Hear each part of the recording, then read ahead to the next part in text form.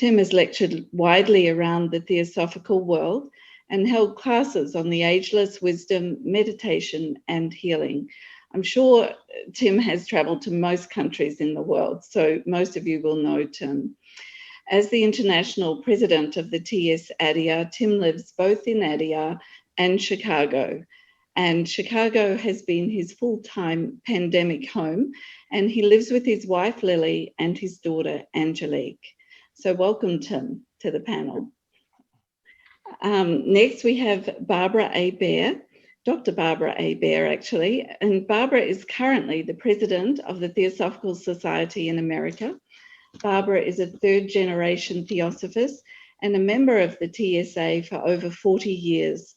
She has been active in both local, regional, and national Theosophical activities. Through the years, Barbara has worked as a mental health professional in a variety of settings. So welcome, Barbara, to our panel. Thank you. And our final panelist is Pedro Oliveira. Pedro joined the Theosophical Society in 1978, and he holds a degree in philosophy from the Federal University in Brazil. Currently, he's the education coordinator for the Australian section. Pedro has lectured widely for the Society in many countries, and his articles have appeared in a number of Theosophical journals. Positions previously held by Pedro include International Secretary of the TS, Head of the Editorial Office in ADIA, and President of the Indo-Pacific Federation of the TS. So welcome also, Pedro, to the panel. All right, I hope everyone's well today. I thought we'd just get straight into the questions. So let's get going. Our first question, there's been a lot of discourse and discussion on COVID-19 and its impact on us, both as individuals and also with humanity as a whole. The well-known maxim, the universe is worked and guided from within outwards. How does this fit with what is going on in the world? How do you see what is playing out from a theosophical viewpoint? And are we being forced to look at things differently? So I'll start with you, Tim, with this question. Over to you. Well, thank you. Thank you, Renee, and thank you to our fellow panelists for taking the time wherever you are in the world to be here with us. There's a lot of thought and a lot of attention being given, of course, to COVID and to the fact that it has gotten our attention. I think now it is in many ways no different than other times, and in some ways just a little bit different. It's no different in the sense that as human beings, there are always things which are attempting to get our attention, in the sense of the Buddha's type of description that life is, one of the facts of life is unsatisfactory conditions or suffering. And so we're always faced with that. The difference with this particular moment, of course, is that it's on a global scale. And there is one particular thing that is calling for our focus. And so this is something that is attracting attention. So much of what we think about in theosophical terms relates to the inner as that which brings the outer into being. H.P. Blavatsky was very fond of calling our attention back to the Hermetic axiom that as it is above, so it is below, as it is without, so it is within. So if we're going to approach this moment in an aware fashion, then it is a moment of questioning. The questions of what is it within the human family that has brought conditions such as this forth? And what is the response that we are capable of?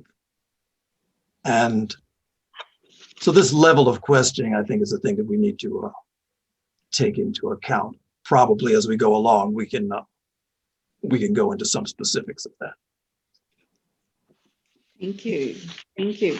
Actually, you make a good point there. Response that we are capable of, rather than getting caught sometimes in fear, in underlying conditionings that we actually have. But what I'll do now, I'll hand over to you, Barbara. Would you like to add anything to this? That would be great. Of course. We have talked throughout these last few days about this global pandemic that is impacting the world. On day 2, Elena Dobos Santos commented about the astral light and global karma. And her comments were very interesting to me. And I think explained a lot, at least from my perspective, about the esoteric perspective of the pandemic.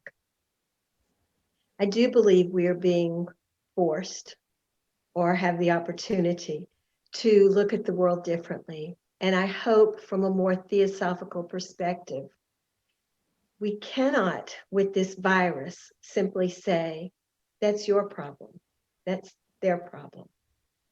It's a problem for all of us. The virus doesn't care about borders or socioeconomic status or age or anything else. We must come together to slow its progress together, something we don't do very easily as human beings. We're called upon daily to act in a way to protect others, to wear our masks, to social distance. We're being called upon to feel compassion for those who are suffering. Last March, the world stopped. Did we stop? That's the question. As human beings, we are so good at distracting ourselves and staying busy. Yeah. From my perspective, these stay-at-home orders have given the opportunity, or forced us into the opportunity, to take time for self-reflection and self-observation, to reassess our lives and decide if we're moving in the right direction, or are there changes that we need to make? Deciding what is important in this life. So faced with life and death decisions, truly on a daily basis for ourselves and others, have we readjusted our path? Are our actions congruent with our beliefs? The pandemic is not over. Quarantining is not over. So we still have time to do the work that may change our lives and therefore change humanity. Thanks, Barbara. That's some very pertinent comments there. Pedro, would you like to add further? I would like to suggest that karma has no favorites. And if this crisis reveals one fundamental truth, is the equality in humanity. I know that some people will dispute this statement, but the virus didn't pick only on the poor or on the middle class or on the rich. It was across the board. And one of the very incredible outcomes of this, and we have seen this in images in our TVs and so on, computers, smartphones, is that many people could not respond to this crisis except through a full unjustified compassion, because they could see how many people were dying, are still dying. I think another lesson is that we have seen in broad daylight of the 21st century how political leaders have responded to this in an appalling fashion. I'm not going to name them, but we can see that. Some of them have their own reasons not to act promptly. In my own country, we are still waiting in Brazil for decisive action, while the number of victims, daily victims, is very large. But this is part of the human nature, you know. And people are watching this. Those in authority who have the power, the capability to act and save lives across the board, some of them didn't do that. So I think it's like a theosophical class on self-interest written large. Mhm. And I think eventually people will draw their own lessons from this crisis. Yeah, thank you. I think the leadership across the planet has been highlighted, the broad spectrum of the leadership across the planet. And this may wake people up at some point as well. They may start, voting differently and whatever from there. But at the moment, I think a lot of people are in shock with what's happened, and they're still getting their head around a lot of this. This sort of brings me to my next question. Do you think all this turmoil is bringing us closer to our purpose of why we are here and what we have come for? So I'll start with you, Barbara, this time. Thank you. Okay.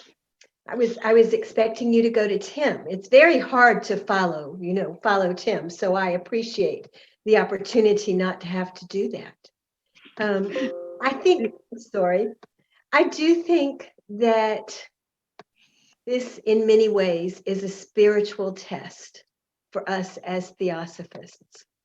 I'm fooling with my computer here and hit the wrong button. I apologize. I do think this is a spiritual test for us.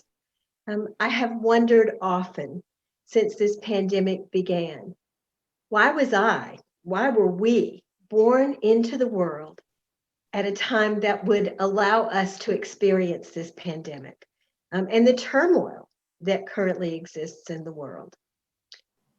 Well, our theosophical beliefs, of course, tell us that we are here to learn and grow from it. But I think there is an even stronger reason why we are here right now. I believe that we have to put our theosophical beliefs into action. We have to do what we know. Again, a spiritual test. Can we put our beliefs into action? Can we remain calm in the eye of the storm? Can we help to balance the negativity and the fear that are running rampant throughout the world? Can we take a stand for justice? Each of us, I think, needs to determine the ways in which we can put our beliefs into action. But it certainly seems to me that we are being called to do this on a daily basis. Thank you. Thank you. Thank you. Pedro, would you like to add to this? Well, this is like a truism now. I don't speak Chinese, and if I did, many people would be suspicious of me. But it is said that in Chinese language, the word crisis is composed of two words, danger and opportunity. Now, we don't need to debate about the dangers of COVID-19. The numbers speak for themselves.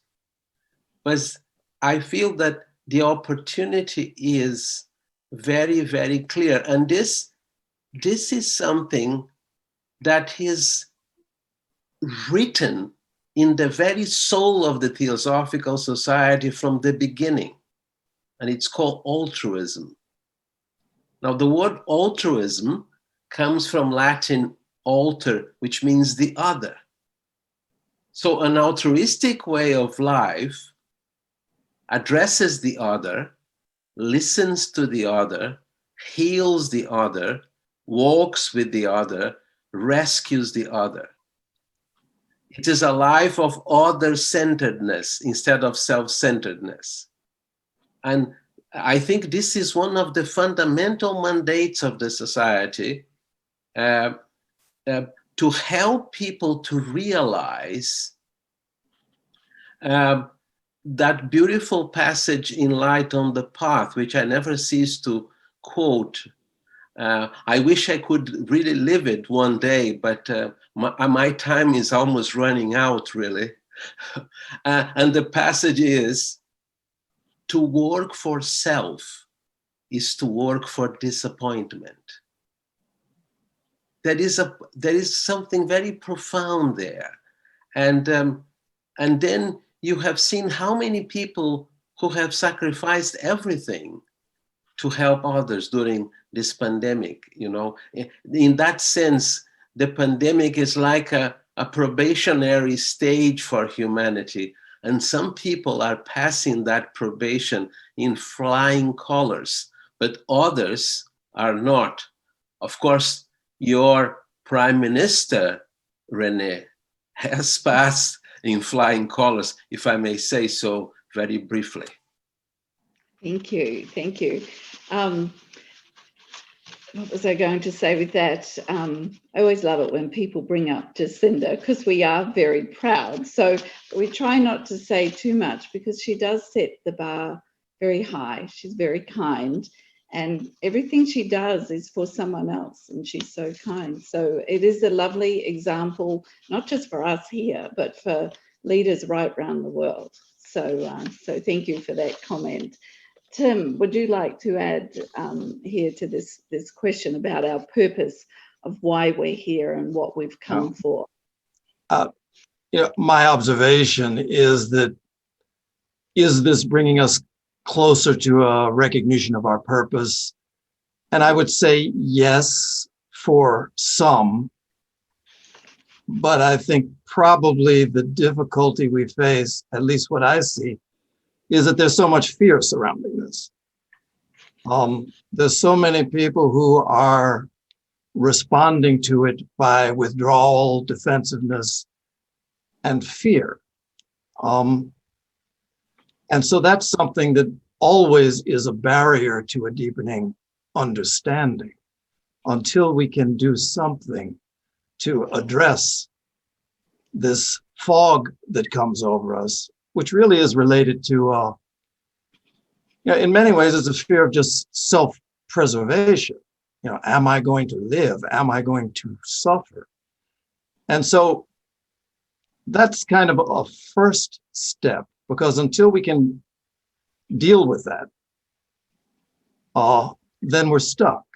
We're always going to be on this wheel of trying to prevent bad things from happening to us, which is an impossibility. So there's a certain kind of clear-eyed acceptance or recognition of the way things are that is a beginning. We are here for a brief while. And during that time, things are going to happen. Everybody is going to, if you're lucky, you're going to age. And along with that, certain other things are going to happen, but eventually we're all going to check out. And so if we begin with that, then, this is just the latest challenge. Why are we here? We're here for a few moments. What is it that we can bring to this world besides just taking up space? And I think that's that's kind of the question of the spiritual seeker always. But the idea that we're here to realize and to remove the barriers to something that is inherent, something that's always seeking to get out. But these fears, these self-graspings that we all seem to have, block this. So it's an opportunity to recognize, first of all, our impermanence. That's one of the facts that this whole thing brings about, our vulnerability. And with that recognition, what is it that goes beyond that? And I think everybody has some degree of experience of that, but we forget. And we also have a huge capacity for denial. I mean, that's one of the things that also seems to be built into us. When in doubt, deny. Because in some ways it seems as if it makes matters more comfortable, but it doesn't. It's a complicating factor. Yeah, thank you. It does certainly bring that death into perhaps right perspective, or inviting us to see that right perspective there. So now I will move away a little bit from the questioning around COVID. I have another question that's it's a little bit long, but I'll go straight to it, and I will start with you on this one, Tim. So the early Theosophists were the avant-garde and forerunners of their times, thinking particularly of both Helena Blavatsky and Annie Besant here, with their forward views, their forward outlooks, their forward actions, thinking of HPB in the Victorian era, taking that on, Theosophy being the pearl at the heart of the great religions and the oneness of all life at that time. And in the case of Annie Besant, with some of the birth control pamphlet, raising the awareness of the plight of children and exploitation of child labour, and the Indian independence. And that's not even going into the theosophical realm yet specifically, but on a personal level, these women were very, very active. So one of the questions of our time is the wording in our literature, which is very male dominated, even to the point of our first object sort of being an oxymoron in nature. So in English, our gender bias referencing is quite an issue, particularly with the younger generation. Everywhere I go, I hear people saying to me at branches and talks and things, we've got to get the young ones on board and attract younger members. But those very same younger persons are put off by our biased language in a world where women do not have equality, where there are many that are facing huge gender issues very bravely and very head on. So we seem, in a little way, to have gone from being the avant-garde to being behind the times. What's your view in this area? I could say a lot more, but I won't. I'll stop there. Okay. Well, I mean, this is a conversation that has come up over time. Obviously, we're talking about language, but language, of course, is much more than just mere words. Obviously, it's influenced by the moment that we live in. The language that we have embraced as our three objects, the first one to form a nucleus, what you spoke about, a nucleus of the universal brotherhood of humanity. Brotherhood in the English language has the masculine connotation. I mean, it's a masculine word. In other languages, of course, that is not so much the case, but it was something that was embraced and advanced by such people as H.P. Blavatsky and Annie Besant, because as forward-thinking as they were, they, like us, were creatures of their time. And so now we find ourselves perhaps in a different time, in a time where there is a broadening acceptance, recognition of the undivided nature of the human family. In the US, women serve in the army. That was something that was unthinkable just a few years ago. So you have all of these sorts of issues. Because I'm in this international position, I find that it's something that is not shared. This view is not shared equally across all countries in the world. So, yes, things are moving and language has great importance. I mean, it's symbolic, basically. It's always limited, but it is symbolic. But at the same time, while we are trying to come to grips with the phrasing and the proper language, the thing that we can't lose sight of, the Theosophical Society was avant-garde, only because it was really what its principles were unknown in the Western world. A synonym for theosophy is ageless wisdom, not ancient wisdom, not modern wisdom, ageless wisdom. So these are principles that extend beyond the language of the time. So I think the goal for us is to root ourselves in those principles and then also address the language. I mean, make the language reflect the depths as it's understood now. So that's going to be an issue. You know, we started off with the Theosophical Society. We have 3 objects. We started off with 4. The language of those 4 objects was slightly different. They were combined. Now, over the years, it evolved into what we have accepted now. It hasn't been touched since the 1800s, though. So perhaps it's time to relook at that. Yeah, just have a little tinker with them, perhaps. But as you point out, we're not wanting to change the meaning in that human family. It's just what is acceptable in 2020 now. And I think of New Zealand, it's definitely not acceptable in any way, shape or form in New Zealand. So Barbara, would you like to add to this one? Of course. I actually am going to go on a limb here and say that we need to change more than just our language. We need to be in the forefront of the movement for equality and justice for all people. Putting our beliefs into action is essential. Otherwise, we're just talking, which really accomplishes very little. I'm not suggesting we be political, but I am suggesting that we speak out in whatever way we can when we see in the world things that go against our theosophical teachings. The most basic theosophical teaching, and perhaps the most difficult one to fully put into practice, is that we are all one. If I stand by and do nothing or say nothing when another person is being discriminated against because of their skin color or their religious beliefs or their gender or age or sexual orientation or anything,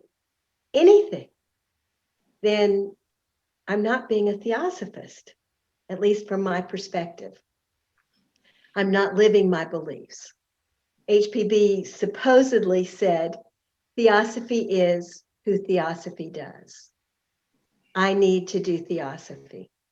We all need to do theosophy. And so I think that going beyond language again, that we all need to stand up in our own way, whatever that is, whether it's by marching or writing articles or meditating on equality, whatever it is, we must do something. We cannot take a back seat any longer in terms of working for the rights of all people. Thank you. Thank you, Barbara. My action lady, thank you very much. Pedro, would you like to add something here from the Australian perspective over there too? Yes, I wish I could have legal advice before I say anything of this nature. Well, I fully sympathize with those who say that the wording of our first object is outdated and has to change. I remember, I am old enough in the TS to remember that the American section did try that 30 years ago. They got their best minds together, John Alger, Joy Mills, Renee Weber, Emily Sellen, And they said, let us reward this. We can do this. And John Aujo published a report of those conversations saying that they couldn't do it. They couldn't find a word in English language that would replace brotherhood in a neutral fashion. Now, for example, in Portuguese, the word is feminine, fraternidade. I'm sure in other languages as well. So first of all, I sympathize with the need for finding, let us say, a gender-inclusive language.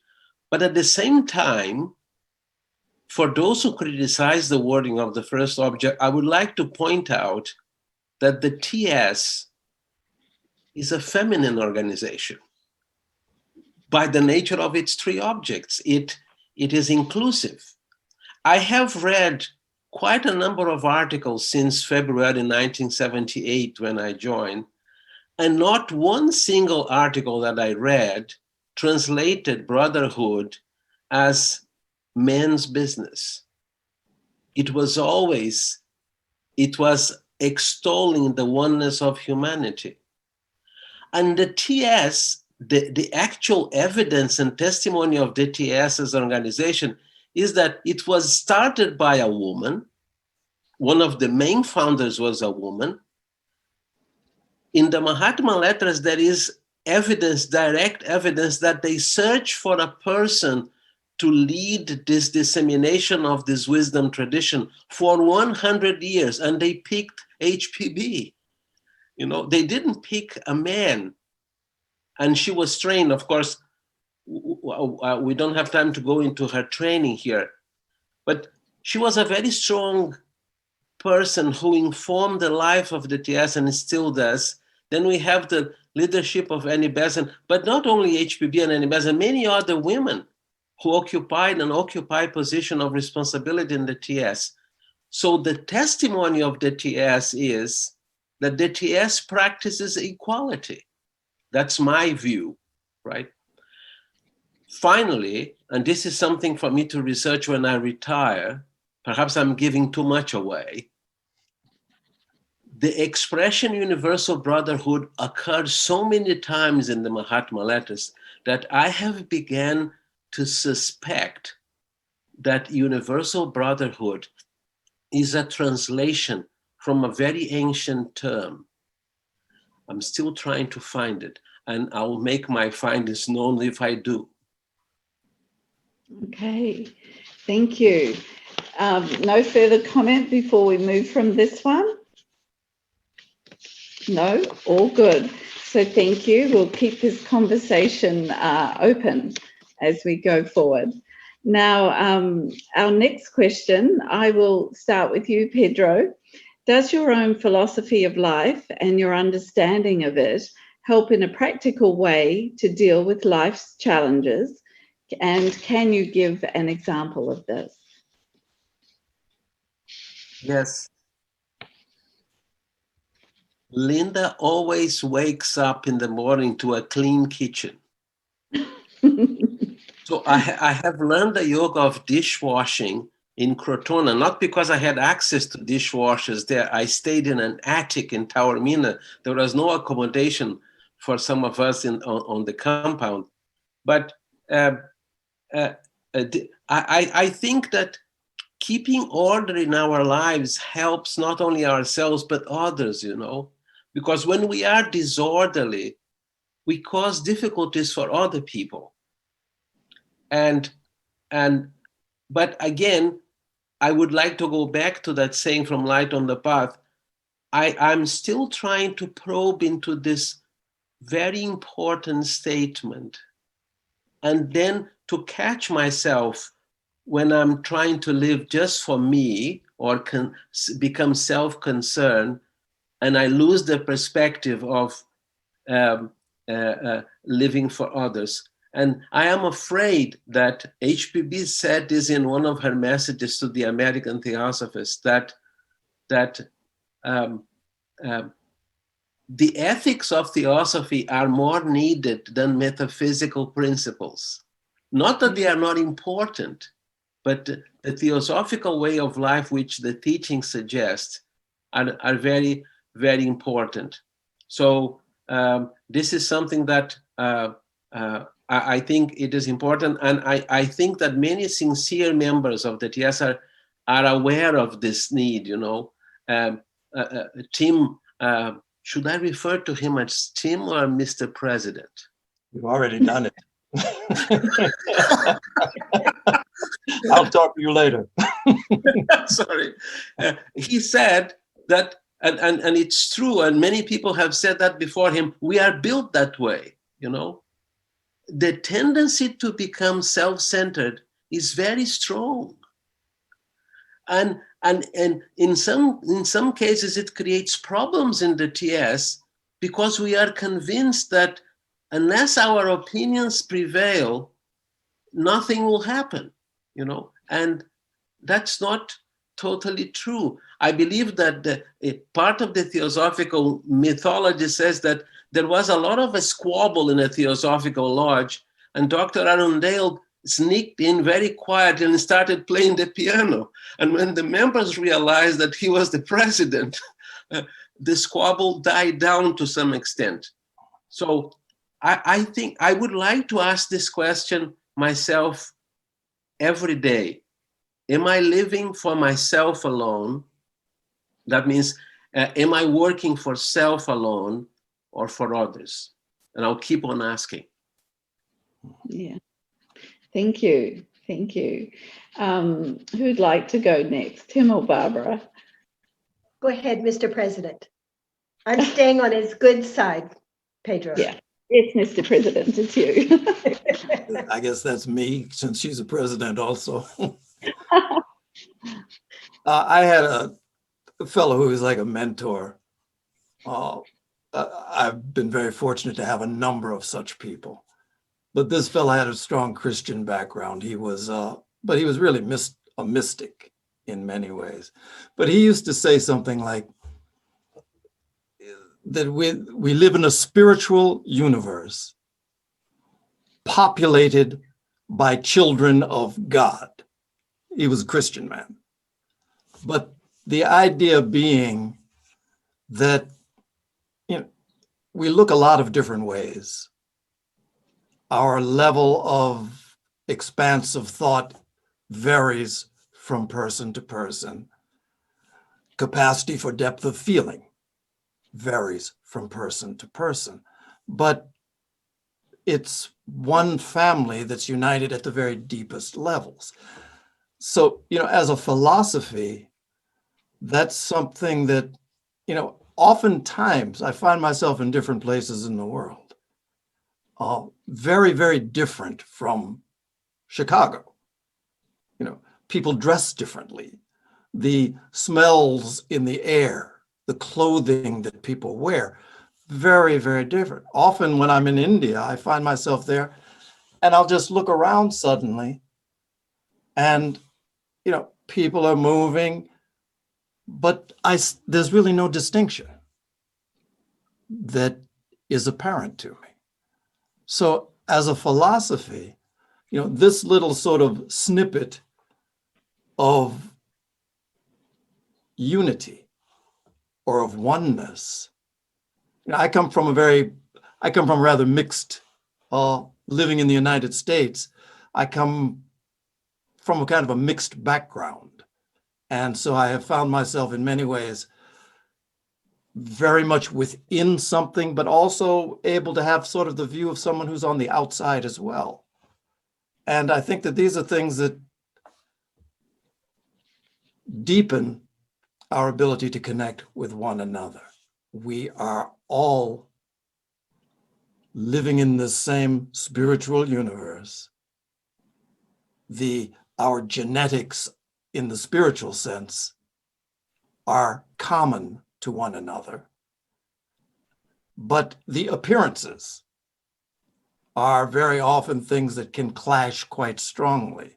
So with that as a background, you know, it's something that we can actually apply. I find it to be, at least for me, something that is applicable, at least in this world. Thank you. Thank you. Barbara. Well, I think, my belief system has always helped me to deal with life's challenges, and still does. I think one of the things that has been most helpful to me is the understanding that this life is a journey. It's a journey of learning and growth for each one of us. And all of the difficulties and obstacles that come my way are here to help me learn, even if I don't want to. So you asked for an example. And the example that is the easiest one for me to share is with those people from whom I learn the most, my children. I love them more than anything else. But at some point, I had to recognize, and I'm still doing it. It's not the journey there is not complete, but to recognize that they are on their own journey, and it's their journey. I don't get to make decisions for them. I don't get to choose their journey, even though sometimes I really want to. And that has helped me to, I think, to deal with some of the difficulties that come up.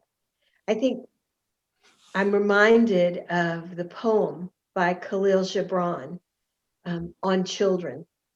I'm sure you all are probably aware of it, but it puts theosophical concepts about this journey into a little bit different language. I'd like to just quote a little bit of it because I love it so much. I was going to ask you to quote it anyway, so go for it. Your children are not your children. They are the sons and daughters of life's longing for itself. They come through you, but not from you. And though they are with you, yet they belong not to you. You may give them your love, but not your thoughts, for they have their own thoughts. You may house their bodies, but not their souls, for their souls dwell in the house of tomorrow, which you cannot visit, not even in your dreams. You may strive to be like them, but seek not to make them like you, for life goes not backward, nor tarries with yesterday. Beautiful, isn't it? Yes. Very beautiful. Thank you, Barbara. Thank you. Now, we have one last question before we finish on something. So I will ask this question of you, Tim. What describes the mystic dimension of consciousness? I can feel us going inward here. So I'll leave that with you. Well, I mean, if I had to try and put something into words, obviously the mystic dimension is exactly that thing that cannot be expressed in words. But the no self as an actual experience would be what, to me, the mystical experience relates to. The absence of the fascination, the attachment, the involvement with self, even when it's momentary, leads to the mystical experience. Thank you. Thank you. Pedro? I would agree with Tim. I was about to ask you to repeat the question just to say that it cannot be described. But there is a reason for that. But before that, Linda's father was a very dedicated theosophist, and he was a Scottish man. So he was very private and so on. But he did exercise humor through writing. And he did create a kind of a funny theosophical glossary.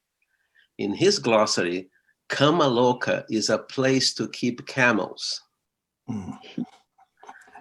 And Kundalini is a famous Italian composer. But the best definition that I saw on his glossary is the one of mystic. He said, mystic is an ineffectual glue. It doesn't stick, right? It mystics. But what I really wanted to say is that I have studied a little bit of this, and the word mystic or mysticism and so on comes from a Greek verb whose name is now a subatomic particle, muon. And that verb means, from the sources that I could access, it means to close the eyes and the lips. So a genuine mystical experience is, by definition, untranslatable, because it doesn't happen at that level of consciousness in which there is description, rationalization, in which there is comparison and so on. It happens at a very deep level of consciousness. And when that experience or the effect of that experience arrives upon the mind is completely silent. This is what some of the mystics have said, including Jalaluddin Rumi and Meister Eckhart. For example, Meister Eckhart said, whatever you say about God is untrue, because it comes from our own definitions. And he also said, whenever there is real prayer, you don't exist, only God exists. So that gives you an idea that the real mystical experience is completely transformative. And I was at Crotona School in 1983 at the winter term, and Dr. John Audio conducted a whole course on the voice of the silence. And he emphasized that what HPB said in the preface, that book, it was a book written for the mystics of the Theosophical Society. So in our literature, the literature is so vast, but there are those gems about this inwardness of life, which is genuine mysticism. Thank you. Thank you. And Barbara? I have very little to add to what Tim and Pedro have said, beyond that it's that inner knowing that has no language. Yeah. Thank you. Thank you. Let me say this, Renee. William James, great psychologist, psychiatrist, turn of the last century. He was a theosophist. I mean, he was a very well-known man in that field. But one of the things he said, because he did all sorts of, he has a whole book called The Varieties of Religious Experience, and mysticism is one of the levels of that experience. But one of the things that he said, which I think applies particularly when we talk about the mystic experience, is that the deepest question you will ever ask admits no reply. So there is, yes, there is an experience, there is a question. When we really question, we're open. If we're really going to ask a question, we become open. And in those moments when something actually fills in that void, at the deepest levels, there's no response that we can communicate. It admits no reply. Nice. Thank you. Thank you. Well, on that note, this is a very good note for us. I'm going to invite our international president, Tim, to finish with a short meditation and for us to connect inwards. So I'll hand over to you, Tim. Now I'll leave it with you. Thank you. First of all, thank you very much, Renee, and thank Barbara and Pedro, whom I will talk to later. Well, if we're going to have a brief moment of meditation, we've had some very good things that have been said, thoughts that we can think about, but for right now, let's drop them.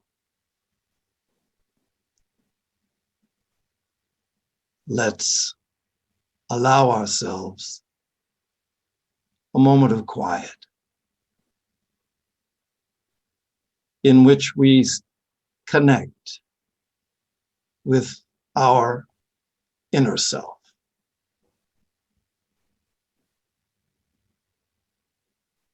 In which we connect with that presence that is ever with us, but seldom heard in our busyness to learn, to know, to act. Let us allow ourselves just this moment to share in this presence that connects us all. Not my inner self, but the inner self.